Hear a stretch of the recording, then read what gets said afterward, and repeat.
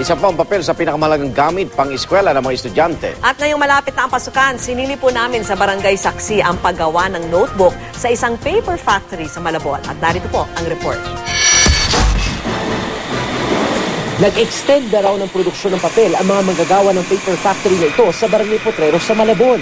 Madalas, Abril daw tapos na ito, pero naghahabol pa rin sila ilang linggo bago ang pasukan. Ang school of opening po, yun ang pinakamalakas. We have 2 school opening eh. We have a June opening and November. Usually June cover about 80% of our sales. By next semester naman, about 20% lang. Ipinasilip nila kung paano nililikha ang isang notebook. Una raw ay tutunawin nila sa tubig at sizing chemical ang mga paper shaving o yung mga patapong papel.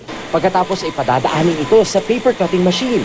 Ito, pag gawa na to, finish na to, pagkatya yan, darating dito. Pagdating dito, gugulitan na, may guhit na. May guhit na. Nakapag dire-diretso rito,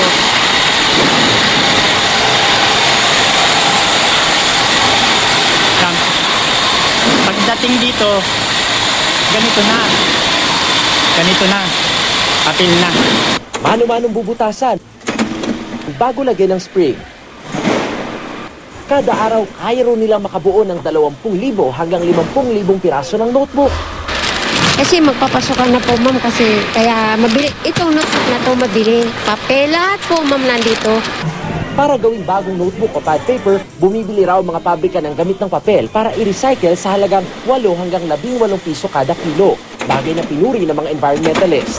Nakikiusap kami, mga papel po na itatapon nyo, ipunin nyo at ibenta mo sa amin. Kailangan yung papel nire-recyclo para maging papel ulit. Puputol ka na para gumawa ka ng puno, para gumawa ka ng bagong papel. Samantalang dapat lahat ng papel ibalik mo sa factory para siya maging papel ulit. Dito sa Paper City sa Malabon, mabibili ng 5 hanggang 11 piso ang mga notebook. Nasa 750 ang elementary pad paper, 1250 ang intermediate pad, at 23 pesos ang yellow pad.